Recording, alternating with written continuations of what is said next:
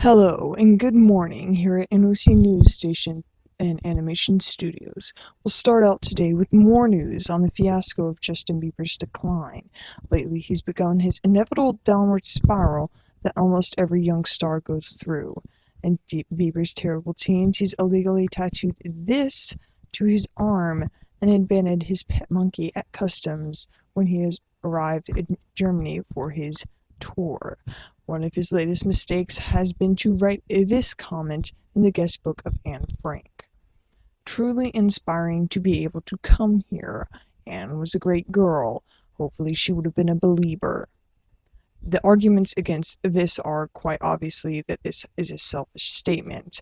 Some people who stand up for Bieber think that it was a harmless remark and that she probably would have.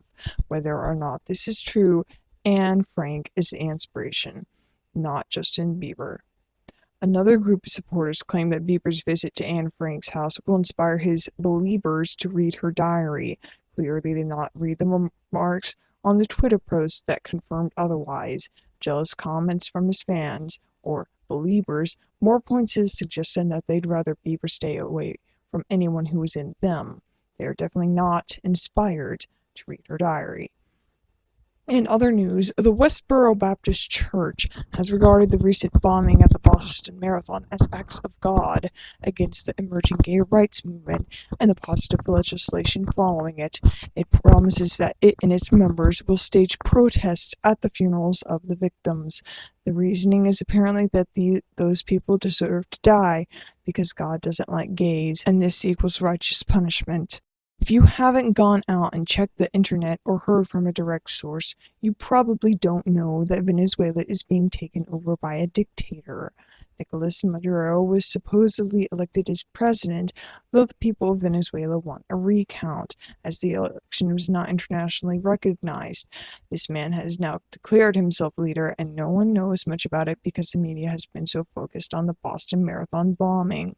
Word has gotten out from the people themselves asking for help. Little do they know that only a small percent of the American people can hear. A post on .com has gone viral, carrying multiple cries for help.